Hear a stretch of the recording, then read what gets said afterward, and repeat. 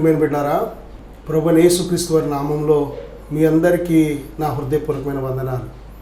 ఈ ఆదరణ అనే కార్యక్రమం మరి ప్రతిరోజు ఇదే సమయానికి ఇదే ఛానల్లో ఈ విధంగా చూడడానికి దేవుడు కృప చూపించినందుకు దేవునికి ఎన్నో ఎనలేని వందనాలు, స్తుతులు, స్తోత్రాలు చెల్లిస్తున్నాను. అలాగే దేవుని బిడ్డారా, ఈ ఆదరణ అనే కార్యక్రమాన్ని వీక్షిస్తూ దేవుని బిడ్డారా, ఈ యొక్క సమయంలో దేవుని వాక్యాన్ని కొద్ది నిమిషాలు మనం ధ్యానం చేయబోతున్నాం. ఈరోజు మన వాక్యాంశము యోగ్యులు అనే అంశము మీద దేవుని వాక్యాన్ని మనం ధ్యానం చేయబోతున్నాం. మనందరికీ తెలిసిన విషయమే యోగ్యత, క్వాలిఫికేషన్. ఏదైనా ఒక ఉద్యోగానికి తప్పనిసరిగా ఒక క్వాలిఫికేషన్ ఉండాలి. మన యొక్క చదువు స్థాయిని బట్టే ఉద్యోగం అనేది వస్తూ ఉంటుంది. మనం దేనికి సంబంధించింది చదువుకున్నామో దాని మీద ఉద్యోగాలు వస్తూ ఉంటాయి.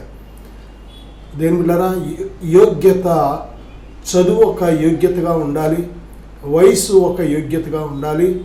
అలాగే ఏదైనా సరే చేయాలి అంటే దానికి తగిన ఒక యోగ్యత ఉంటూ ఉంటుంది. ఏదైనా ఒక ఇల్లు కట్టాలనుకోండి, ధనము అనేది ఒక యోగ్యతగా ఉంది. ప్రియమిత్రులారా, ఈ యొక్క సమయంలో ఆత్మ సంబంధమైన విషయాల్లో కూడా మనం కొన్ని విషయాలు మనం చూడగలం. అదేమిటంటే, వ్యక్తిగతంగా ప్రతి వ్యక్తి కూడా తన జీవితంలో, తన కుటుంబంలో, అలాగే దేవుని విషయంలో ఏ విషయాల్లో యోగ్యతగా ఉండాలనేది మనం చూడబోతున్నాం. సామెతల గ్రంథం 12వ అధ్యాయం 4వ వచనంలో మనం చూసినట్లయితే, అలాగే యోబు గ్రంథం 2వ అధ్యాయం 9-10 వచనాల్లో కూడా మనం చూసినట్లయితే భార్య భర్త, యోబు భార్య ఇద్దరు మనం చూస్తున్నాం. యోబు యోగ్యుడైన భర్తగా ఉన్నాడు. యోబు భార్య పరీక్ష వచ్చేటప్పటికి, శోధన వచ్చేటప్పటికి అయోగ్యురాలుగా ఉన్నట్లు మనం చూస్తున్నాం. ఇద్దరు కొద్ది కాలం వారు యోగ్యులుగానే దేవుని సన్నిధిలో ఉన్నట్టు కనిపించారు. ఇద్దరు ప్రార్థించినట్టు, దేవునికి అర్పణలు అర్పించినట్టు, వారిద్దరూ దేవుని మీద విశ్వాసం ఉన్నట్టు, భక్తి ఉన్నట్టు అనిపించారు. కానీ పరిస్థితులు పరీక్షించేటప్పటికి, శోధనలు వచ్చేటప్పటికి, కొన్ని శ్రమలు వచ్చేటప్పటికి వారు ఎవరు యోగ్యులో ఎవరు యోగ్యులు కాదో చివరికి బయలుపరచబడింది. దేని ప్రియబిడ్డలారా, మన జీవితంలో కూడా ఒకసారి పరిశీలన చేసుకోవాలి. నీవు ఒక వివాహమైన బిడ్డవైతే, ఒక స్త్రీవైతే నీ భర్తకు నీవు యోగ్యురాలుగా ఉన్నావా? నీవు ఒక భర్తవైతే నీ భార్యకు యోగ్యురాలుగా ఉన్నావా? ఒకసారి ప్రశ్నించుకోవాలి. దేని బిడ్డలారా, భార్య భర్త ఒకరికొకరు వారు యోగ్యులుగా ఉండాలి. వారిద్దరూ కలిసి దేవుని పట్ల యోగ్యులుగా ఉండాలి. రెండవదిగా లూకా సువార్త 15వ అధ్యాయం 19వ వచనం నుంచి మనం చూసినట్లయితే తప్పిపోయిన కుమారుడి గురించి మనం చూడగలం. ఆయన తిరిగి వచ్చినప్పుడు చెప్తున్న మాట, తండ్రి, నేను నీ ఎదుట పరలోకమునకు విరోధముగా పాపం చేసి ఉన్నాను. ఇక్కడి నుంచి నేను తండ్రి అని అనడానికి యోగ్యుడను కాను అంటున్నాడు. అంటే మనం బిడ్డలుగా మన తల్లి తండ్రికి యోగ్యులుగా ఉంటున్నామా? నా సహోదరుడా, నీ తల్లి నీ తండ్రి కన్నీ పెంచి పెద్దవారిని చేసి పోషించి నేను ఒక స్థాయికి తీసుకొచ్చారు అంటే వారు తప్పనిసరిగా యోగ్యులే. వారు నీ చేత సన్మానించబడ్డానికి, నీ చేత సంరక్షించబడ్డానికి వాళ్ళు యోగ్యులే. కాబట్టి తల్లిదండ్రిని మనం ఎప్పుడైతే యోగ్యులుగా చూస్తామో అప్పుడే మన జీవితాలు కూడా బాగుంటాయి. దేని ప్రియబిడ్డలారా, ఆ యొక్క తప్పిపోయిన కుమారుడు ఏ విధముగా పరలోకమునకు విరోధముగాను నీ ఎదుటను పాపం చేసి ఉన్నాను, తండ్రి, నేను ఇక్కడి నుంచి నీ కుమారుడునని అనిపించుకున్నటకు యోగ్యుడను కాను అని తను ఎంతగా తగ్గించుకున్నాడో. ప్రియ సహోదరుడా, సహోదరి, మనము మన తల్లిదండ్రుల విషయంలో ఎంతగా మనం తగ్గించుకొని వారిని మనం సన్మానిస్తామో, వారి పట్ల మనం విధేయత చూపుతామో అంతగా ఆ గొప్ప యోగ్యతను మనం కలిగి ఉంటాం. మొదటిగా భార్య భర్తకు, భర్త భార్యకు యోగ్యులుగా ఉండాలని బైబిల్ బోధిస్తుంది. రెండవదిగా కుమారులు తల్లిదండ్రులకు యోగ్యులుగా ఉండాలని బైబిల్ బోధిస్తుంది. మూడవదిగా చూసినట్లయితే మత్తయి సువార్త 10వ అధ్యాయం 2వ వచనంలో అపొస్తలులను ప్రభువైన యేసుక్రీస్తు వారు పంపిస్తూ, మీరు ఏ ఇంటిలోనైనా ప్రవేశించినప్పుడు ఆ ఇంటికి శుభం అని చెప్పండి.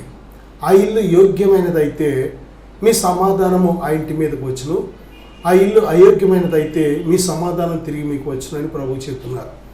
అంటే దైవజనుడు దీవించినప్పుడు ప్రతి ఇల్లు ఆశీర్వదించబడుతుందా అంటే, కొన్నిసార్లు ఆ యొక్క ఏ ఇంటినైతే దైవజనుడు దీవిస్తాడో, శుభమని చెప్తాడో, సమాధానం అని చెప్తాడో ఆ ఇల్లు యోగ్యత కలిగి ఉండాలని బైబిల్ చెప్తుంది. మన గృహాలు యోగ్యతగా ఉన్నాయా? మన గృహాల్లో దేవునికి ఇష్టం లేని కార్యాలు చేస్తూ, సరైన భక్తి చేయకుండా, దేవుని యందు సరైన విశ్వాసం ఉంచకుండా, దేవుని మార్గంలో నడవకుండా దేవుని ఆశీర్వాదాలు మనం ఆశిస్తూ ఉంటాం. చాలాసార్లు మన అయోగ్యతను మనం ఆలోచించాం, కానీ దేవుణ్ణి మనం విరోధంగా ఆలోచిస్తూ ఉంటాం. దేవుడు ఎందుకు చేయలేదు నాకు నా జీవితంలో, ఎందుకు నేను అడిగినా నాకు ఇవ్వలేదు అనుకుంటామే, కానీ మనము అది పొందడానికి ఎంతవరకు యోగ్యులుగా ఉన్నాం? అసలు దేవుని ఆశీర్వాదం మన ఇంటి మీదకి రావడానికి మన ఇల్లు, మన గృహం, ఆ కుటుంబము యోగ్యులుగా ఉన్నామా లేదా ఒకసారి మనం ప్రశ్నించుకోవాలి. దేవుని బిడ్డలారా, 4వదిగా మనం చూసినట్లయితే లూకా సువార్త 7:4 ఒక శతాధిపతి ప్రభు యొద్దకు వస్తాడు. ఆయనతో పాటు కొద్దిమంది అంటారు, అయ్యా ఇదిగో ఆయన దాసుడు వ్యాధితో పడి ఉన్నాడు, మీరు వచ్చి వాడిని స్వస్థపరచాలి, ఆయనకు సహాయం చేయండి. ఈ శతాధిపతికి, ఆ శతాధిపతి మనకి చాలా మేలు చేశాడు, ఆయన మీ వలన ఈ మేలు పొందడానికి యోగ్యుడు అని రిక్వెస్ట్ చేస్తారు కొద్దిమంది. ప్రభు యొద్దకి ఒక వ్యక్తి వచ్చినప్పుడు, ప్రభుని ఏదైనా అడిగినప్పుడు, ప్రభు నుంచి ఏదైనా ఆశించినప్పుడు ఆ వ్యక్తి యోగ్యుడా కాదా అనేది కూడా చాలా ప్రాముఖ్యమైన విషయం. దేవుని బిడ్డలారా, చాలామంది ప్రభు యొద్దకు వచ్చారు, కానీ ప్రభు యొద్ద పొందుకోలేకపోయారు.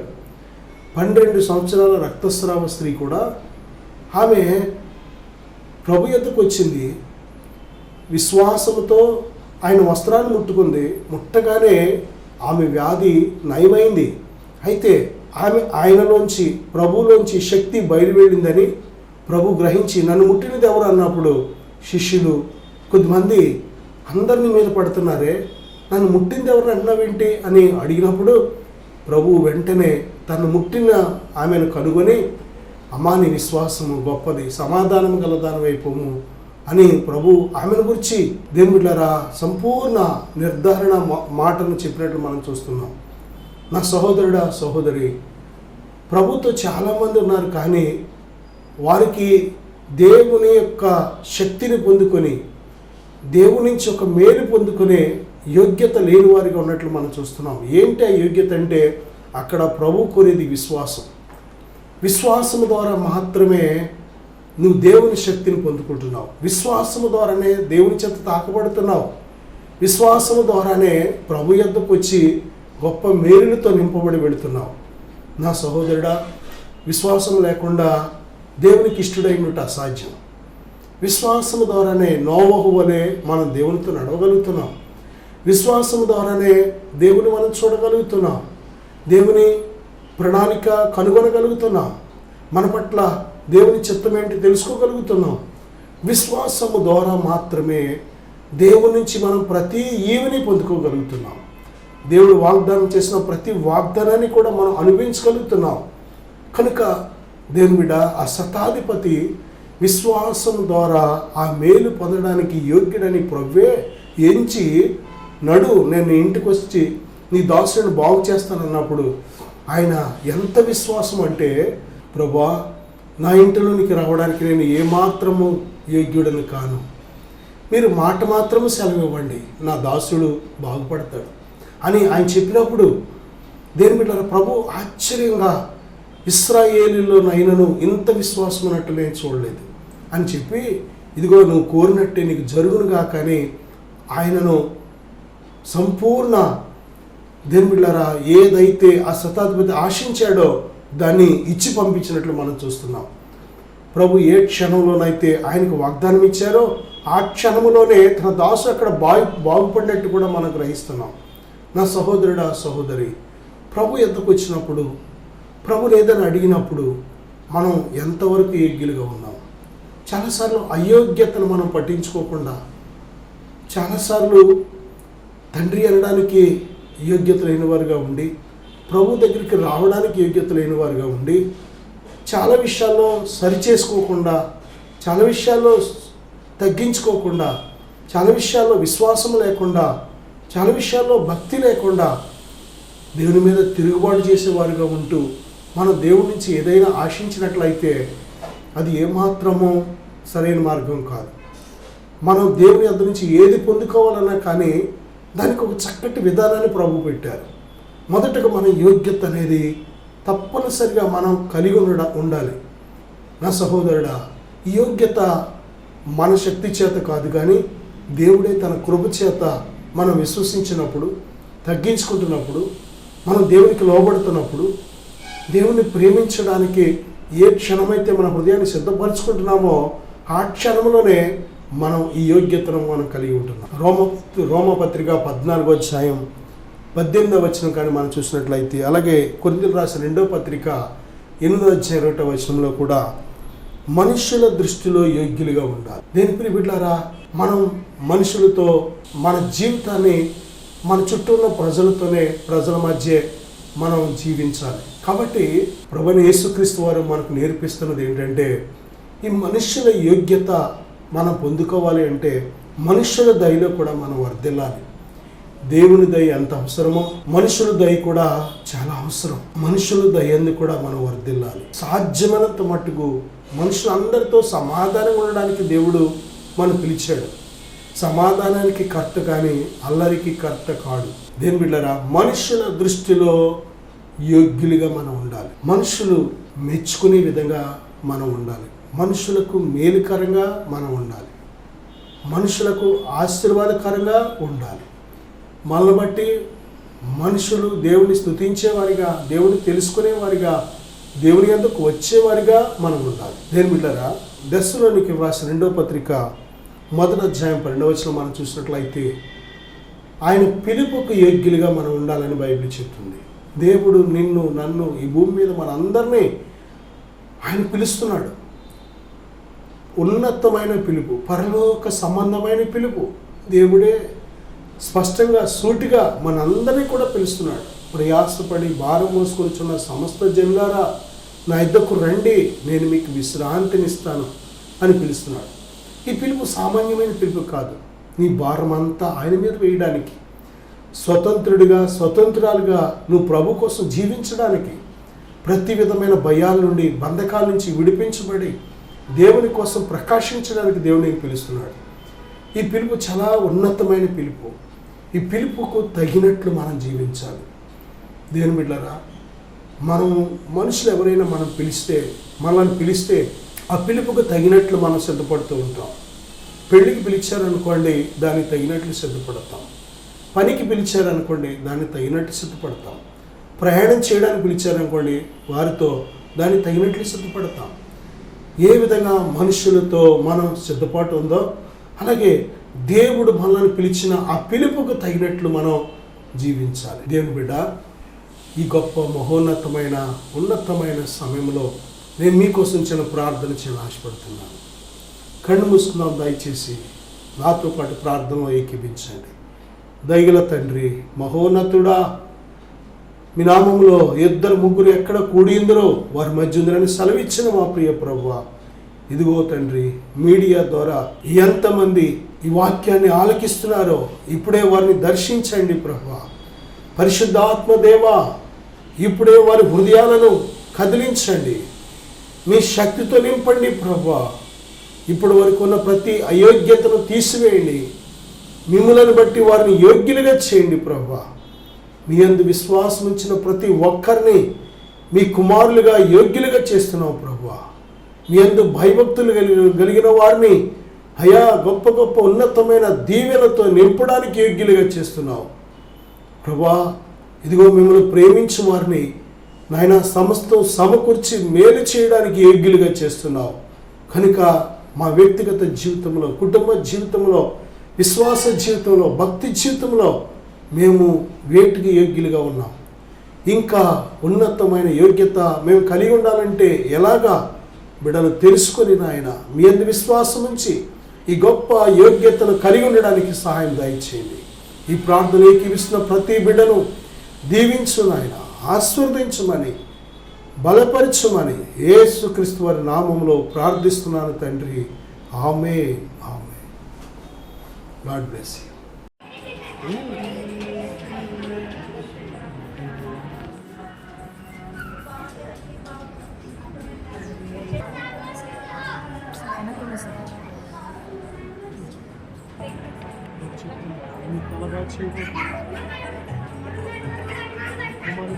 త్వరగా వాడుకోబోతుంది. శక్తికి మించిన ప్రయాణం ఇవాళకి తోడుగా ఉన్నాను కనుక ఈ పూర్తిగా రూపించడం ఏ 5 వర్గాలను జోడించారు. మార్గాన్ని సరళం చేయబోతున్నాను.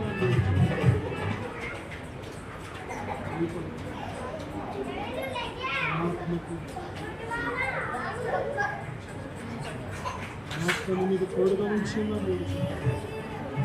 ఆత్మ మీద ఉంచి ఉన్నానని తెలుసు. నేను మీద తండ్రిలో ఉన్నానని తెలుసు. దేవునామానికి వందనాలు, సేవకులకు నా వందనాలు. నా పేరు వినయ్ కుమార్, మాది పెద్దతాడేపల్లి గ్రామము. నేను కూడా దేవుడు నమ్ముకొని దేవుడి మందిరానికి అయితే వెళ్ళేవాడిని, కానీ నా ఆత్మీయ జీవితం అంత ఫలవంతంగా లేదు. అనేకమైన బంధకాలతో నా ఆత్మీయ జీవితము ఉంటూ ఉండేది. అలాగే ఒకరోజు సేవకులు ఎనైటింగ్ వాటర్ ద్వారా ప్రార్థన చేస్తున్నారని నేను విన్నాను. ఆ ప్రార్థన చేయించుకున్న వారి జీవితంలో ఎన్నో గొప్ప కార్యాలు దేవుడు చేశారు. చాలామంది విడుదల లేని వారు విడుదల పొందుకున్నారు, స్వస్థత లేని వారు స్వస్థత పొందుకున్నారు.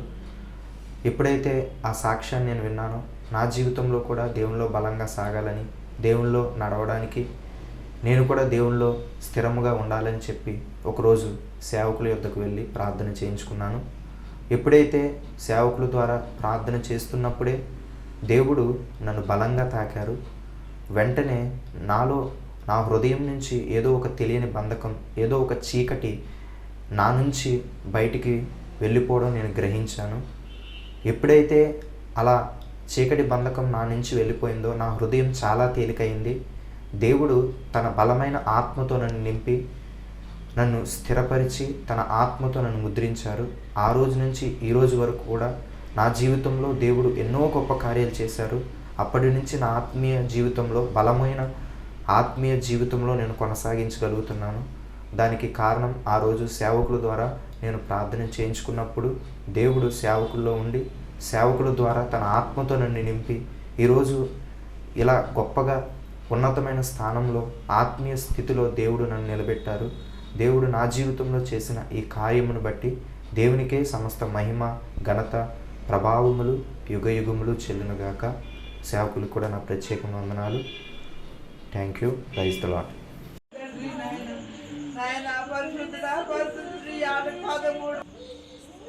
కుటుంబాన్ని నాశనం చేసిన దెయ్యమా, పో బయటికి.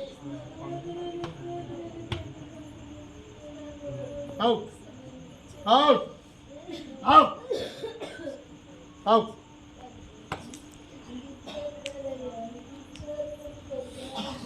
దేవుడికి వందనాలండి. నా పేరు వరహాలండి, పెత్తాడిపల్లి అండి. నేను వ్యవసాయం పని చేస్తానండి. వ్యవసాయం పని చేస్తాను. మా ఆవిడ చర్చికి వెళ్తుందండి. మా ఆవిడ మేము ఎన్నోసార్లు మా ఆవిడ చర్చికి రావచ్చు కదా ఎన్నోసార్లు అనేదండి. నేను వెళ్ళేవాడిని కాదండి.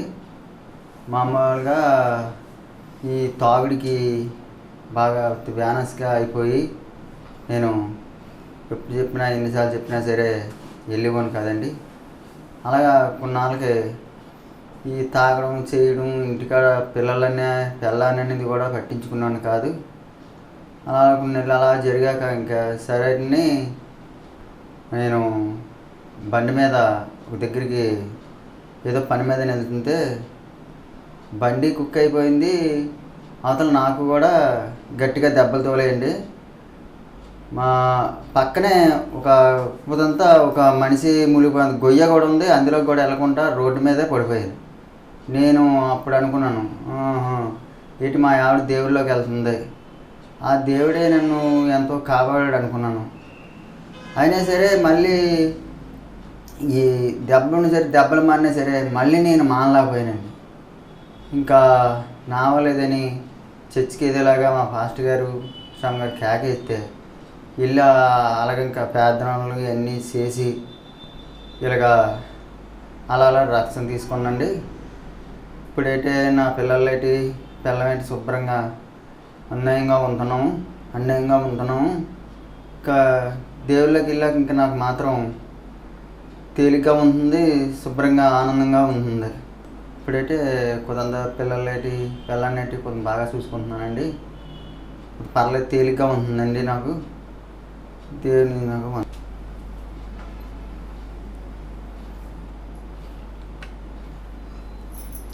దేవుని నామాలకు వందనాలు. దైవసేన కుటుంబానికి నా వందనాలు. మరి మాది పెత్తాడపల్లి. నా పేరు రాళ్ళపూడి వెంకటలక్ష్మి. మా ఆయన గారి పేరు వరహాలు. నాకు వివాహం అయ్యి 19 సంవత్సరాలండి. అప్పటి నుంచి ఇప్పుడు దాకా కూడా దేవునిలో తెలిసేది కాదు, దేవునిలోకి మాకు అప్పుడు తెలిసేది కాదు. మేము మా ఊరి నుంచి ఇక్కడ పెత్తాడపల్లి వచ్చినప్పటికి మాకు ఇంకా దేవునిలో ఎదగలేదండి. అప్పుడు నేను కొన్ని పెద్ద పిల్లకి యాక్సిడెంట్ అయిందండి. యాక్సిడెంట్ ద్వారాగా నేను దేవునిలోకి వెళ్ళడం జరిగింది. నా పెద్ద పిల్లకి కాలు ఇరిగిపోయింది. ఇక్కడ యాక్సిడెంట్ అయ్యిందండి పెత్తాడపల్లిలోనే. ఆ కాలు ఇరిగిపోయిన కాడి నుంచి దేవుడి గురించి అసలు మాకు తెలియదు. మా అమ్మ మా నాన్నగారు వెళ్ళేవారు కానీ మాకు తెలియదండి. అప్పటి నుంచి దైవసేవకులు వచ్చి నా బిడ్డ విషయంలో ప్రార్థన చేశారు. నా బిడ్డ కాలు విరిగిపోయిన సమయంలో దేవుడే వచ్చి మాతో మాట్లాడే బిడ్డని కాలు ఇరిగిపోయిన కాలుని అతికించి ఆ బిడ్డని రక్షించాడు.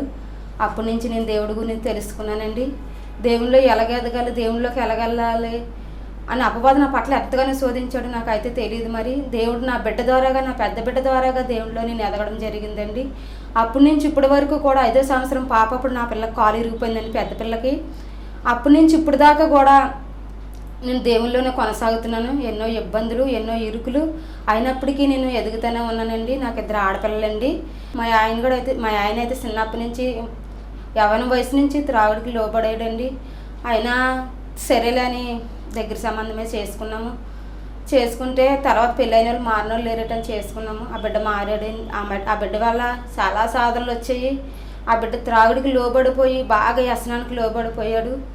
అయినా దేవుడిని అడిగేదాన్ని, పాస్టర్ గారి దగ్గరికి వచ్చి ప్రార్థన చేయించేదాన్ని. ప్రార్థన చేసినప్పుడు సరేనమ్మ నీ భర్త మారుతాడమ్మా ఏదో ఒకటి అయ్యాని అనేవారు. ప్రార్థన చేసేవారు దైవ సేవలు కూడా. అలాగే ప్రార్థనకు అప్పుడప్పుడు జనవరి 1 కానీ క్రిస్మస్ కానీ వస్తూ ఉండేవాడు. త్రాగేసే వస్తూ ఉండేవాడు. వచ్చినా సరే అలాగ తిరుగుతూ ఉండేవాడు. అలాగే ఒక రోజు మట్టుకి ఫుల్గా డ్రింక్ తాగేసి ఎలమిల్లి వెళ్తుండగా పెద్ద యాక్సిడెంట్ అయ్యిందండి. తనకి తంబాన్ని కొట్టేశాడు. స్ట్రైట్గా వెళ్ళి తంబాన్ని కొట్టేస్తే తల ఇక్కడికి ఇలాగా పగిలిపోయిందండి. కోసేసింది తంబం. అక్కడ చిన్న బోధు కూడా ఉంది. ఆ బోధులో పడకుండా దేవుడు తన రెక్కల సాటును కాపాడే పక్కన పడేలాగా బోధులోకి వెళ్ళకుండా పక్కనే పడ్డాడండి. పడినప్పుడు అప్పుడు కూడా అన్నాను దేవుళ్ళలోకి రా అన్నాను. వచ్చేవాడు కాదు. ఆయన నిజమైన దేవుడే బతికించాడు అనేవాడు. బాగున్నప్పుడు అప్పుడు దెబ్బలు అయినాయి, యాక్సిడెంట్ అయినప్పుడు ఆపరేషన్ చేయించామండి. బ్రెయిన్ ఆపరేషన్ కూడా చేయించామండి. తనకి తల కూడా గాయమైపోయింది. అప్పటి నుంచి కొద్ది రోజులు బాగానే అన్నాడండి. మళ్ళీ త్రాగుడికి లోబడిపోయి మళ్ళీ త్రాగడం మొదలు పెట్టేశాడు. త్రాగుడికి లోబడిపోయాడు. తాగుడు బానిసై తిరిగేవాడు. నన్ను కానీ పిల్లలు కానీ పెట్టించుకునేవాడు కాదు. ఎన్నో అప్పులు చేసేసేవాడు. పనికిరాని వృధా ఖర్చులన్నీ చేసేసేవారు. మా మాట వినేవాడు కాదు. మేమేమన్నా అంతే కొట్టేసేవాడు. అయినా దేవుడికి మొరపెట్టేదాన్ని. వచ్చి దేవుడికి మొరపెట్టినప్పుడు అలాగే కొన్ని దైవ సేవకులు మాట్లాడుతుండగా నాతో మాట్లాడేవాడు. మాట్లాడినప్పుడు నేను మళ్ళీ అప్పటికప్పుడే మనసు కుదురుగా ఉండేది. తర్వాత మళ్ళీ ఇంటికి వెళ్ళాక మళ్ళీ తాగేసి వచ్చి మళ్ళీ గొడవల కింద ఉండేది. అయినా అలాగే దేవుళ్ళో కొనసాగుతుండేదాన్ని నేను. నా భర్త మళ్ళీ త్రాగుడికి లోబడిపోయి నన్ను కొట్టేసి నన్ను చాలా బాధ పెట్టినప్పుడు నేనైతే నేను వెళ్ళలేదండి. మా అమ్మ వాళ్ళ ఇంటికి వచ్చేస్తే దైవ సేవకులు ఒకటే మాట అన్నారు, నీ భర్త మారుతాడమ్మా, నువ్వేం కంగారు పడకు, నీ భర్త ఎలాగైనా సరే మారుతాడు, రక్షించబడతారు, నువ్వు కంగారు పడక అన్నప్పుడు నేనైతే ఇంకా అప్పుడు మా అమ్మ ఇంటికాడే ఉండేదాన్ని అండి. అప్పుడే ప్రార్థనకు వచ్చాను. తర్వాత మా ఆయన్ని ప్రార్థనకి కొద్ది మందిని వెళ్ళి తీసుకురమ్మని ప్రార్థన చేశారండి. తైలాభిషేకంతో ప్రార్థన చేశారు. నా భర్త అప్పుడు ప్రార్థన చేసినప్పుడు కొద్దిగా విడుదల దయచేసాడు అని పాస్టర్ గారు చెప్పారు. అమ్మ కొద్ది రోజులు నువ్వు ఉండు, నీ భర్త మారుతాడు, నీకేం భయం లేదని దైవసేవకులు నాతో మాట్లాడేవారు. దేవుడే వారి హృదయంలో ఉండి మాట్లాడించేవాడు. అయినప్పటికీ నేను మళ్ళీ కొద్ది రోజులు ఉన్నాను. కొద్ది రోజులు ఉన్నాక అలాగ దైవసేవకులే మళ్ళీ నా భర్తతో మాట్లాడి, వరాలు నువ్వు పాపముని విడిచిపెట్టేసి లోకంలో జీవించుకోకుండా దేవుడి కోసం జీవించని దైవసేవకులు ఉండి దేవుడే మాట్లాడేవాడు నా భర్తతోని. నా భర్త అప్పుడు దాకా రక్షించబడలేదు. నా భర్త త్రాగుడికి లోబడిపోయిన నా భర్త అదే క్షణం నుంచి ఈ క్షణం వరకు దేవుళ్ళో నడుస్తున్నాడండి. నా భర్త రక్షించబడ్డాడు, పూర్తి మారు మనసు పొందాడు. ఎటువంటి త్రాగుడికి లోబడకుండా నన్ను, నా కుటుంబాన్ని, నా పిల్లల్ని కూడా క్షేమకరంగా చూస్తున్నాడు. ఆయనకి ఏమి ఇచ్చిన ఆయన రుణమైతే నేను తీర్చలేను. దేవుడి సన్నిధిలో గడపడానికి దేవుడే మాకు ఇచ్చిన కృప ఇది. దేవుడు మాకు ఇచ్చిన కృపే. దైవ సేవకుల ద్వారా దేవుడే మాతో మాట్లాడారు. నా భర్తను రక్షించాడు, నన్ను రక్షించుకున్నాడు. నా బిడ్డలు కూడా దేవుళ్ళలో ఎదుగుతున్నాము. నా కుటుంబం అంతా కూడా కేవలం ఇలా బ్రతుకున్నామంటే దేవుని కృపేనండి. అందరికీ వందనాలు. నా పేరు శాంతి. నాకు ఒక అక్క, మా అమ్మ, మా నాన్న, మీ నలుగురం ఉంటాం ఇంట్లో. మా నాన్న బాగా త్రాగేవాడు. చర్చికి రమ్మంటే వచ్చేవాడు కాదు. మా అమ్మ, నేను, మా అక్క చర్చికి వెళ్ళేవాళ్ళం. ఎప్పుడు రమ్మన్నా సరే రాను అనేవాడు. వస్తాను వెళ్ళండి అనేవాడు కనుక వచ్చేవాడు కాదు. అప్పుడు అలా సాగుతుండగా ఒకరోజు ఫాస్ట్ గారు చర్చికి రామంటే చర్చికి తీసుకొచ్చారు. అప్పుడు ఎడిటింగ్ ప్లే చేశాక కొన్ని రోజులు బాగానే ఉన్నారు. మా నాన్న త్రాగు నుండి పూర్తిగా విడిపించాడు దేవుడు. ఇప్పుడు మా నలుగురం బాగానే ఉంటున్నాం. చర్చికి వెళ్తున్నాము. నలుగురం బాగానే ఉంటున్నాం. మా కుటుంబాన్ని బాగా చూసుకుంటున్నాడు మా నాన్న. ఇంతవరకు మా అమ్మనంటే కొట్టేసేవాడు. ఇంతవరకు మా నాన్న దగ్గరికి వెళ్ళాలంటేనే భయం వేసేసేది. కానీ ఇప్పుడు మా నాన్నతోనే ఉంటున్నాము. మా నాన్న మాతోనే ఉంటున్నాడు, బాగుంటున్నాడు, చర్చికి వస్తున్నాడు. ఈ ఆదరణ కార్యక్రమము మీకు ఆశీర్వాదకరంగా ఉన్నట్లయితే ప్రోత్సహించండి, మీ సహకారం మాకు అందించండి. మేము మీ కొరకు ప్రార్థిస్తాం. మా యొక్క ఫోన్ నంబర్ 9703903517. మరి యొక్క నంబర్ 7674949010. ఈ ఆదరణ కార్యక్రమము ప్రతిరోజు ఇదే సమయమున ఇదే ఛానల్లో తప్పక చూడండి. దేవుడు మేము దీవించును గాక. God bless.